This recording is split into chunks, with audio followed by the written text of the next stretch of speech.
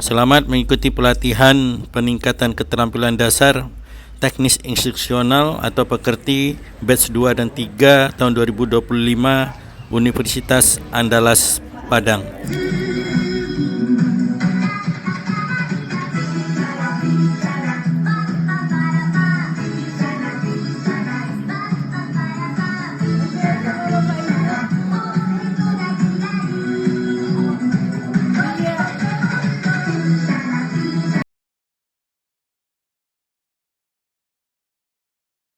Satu, dua, tiga. Satu, dua, tiga. Bagaimana cara kita mengatur skenario dalam perkuliahan kita? Contohnya, mungkin bisa diberikan contohnya. Ya baik Pak. Jadi tadi yang Bapak sebutkan itu teorinya, kalau saya pernah dengar itu FART, visual, auditory, read, and kinesthetic.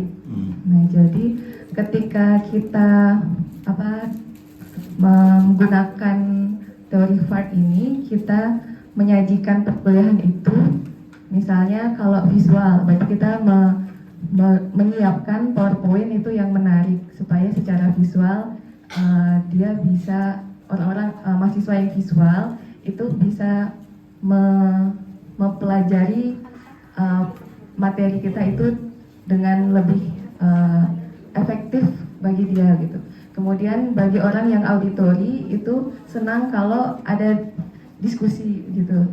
Nah, jadi kita membuat grup-grup diskusi atau ketika perkuliahan setelah ceramah, misalnya 25 menit misalnya, kemudian kita bagi studi kasus ke dalam 5 kelompok. Nah, setiap kelompok ada kasus yang berbeda. Mereka diskusi lagi 15 menit, lalu kita kasih sesi untuk presentasi setiap kelompoknya. Jadi kita sudah memfasilitasi visual dan auditori dalam satu pertemuan. Yang kasus tadi itu masuk ke mana? Yang kasus tadi itu mereka masuk ke auditori. Auditori ya? Karena dia mendengar pendapat dari temannya gitu. Kemudian dia, oh gitu ya gitu. Jadi dia merespon lagi. Orang auditori ini yang saya pahami akan lebih memahami ketika dia dijelaskan lagi begitu. Masuk nggak ke dalam kinestik? Masuk juga ya, betul juga. Karena dia praktek di situ praktek kan? langsung ya, betul. Sehingga dengan dipraktekkan mereka langsung menangkap ya. Betul. Oke, terima kasih, mantap. Jadi kami setiap akhir semester itu kan ada EDOM namanya Pak. EDOM itu evaluasi dosen oleh mahasiswa.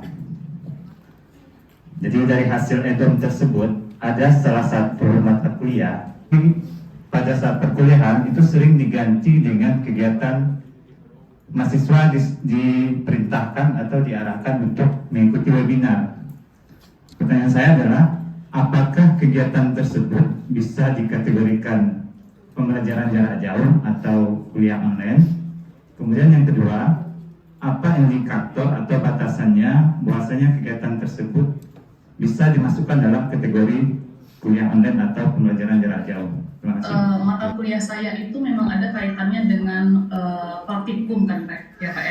Jadi di sini gimana sih tipsnya supaya kita sebagai dosen kita di sini sudah mengembangkan berbagai macam cara jenis sumber belajar, pokoknya seberagam mungkin kita kembangkan gitu supaya anak ini paham.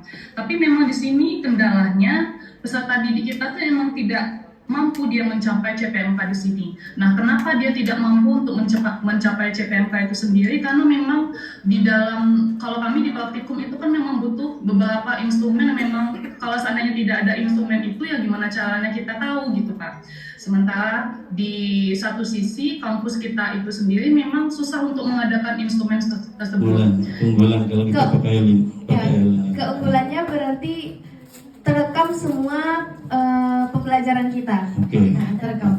Jadi terdokumentasi ya? Ya, terdokumentasi. Semua pembelajaran dilakukan oleh dosen. Mahasiswa pun mudah untuk mengambil misalnya bahan dosen, tugas yang dikumpulkan tuh nampak di materinya, kita diskusinya tentang apa, pembelajaran kita hari ini apa.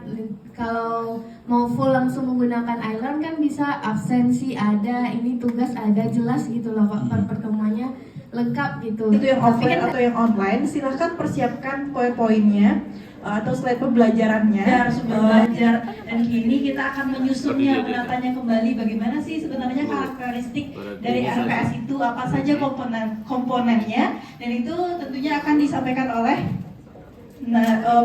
fasilitator kita, dan nanti juga ada sesi praktik penyusunan RPS dan worksheet sesuai mata kuliah masing-masing peserta. Semoga menjadi dosen yang profesional dalam membangun kompetensi lulusan. Sukses buat semuanya.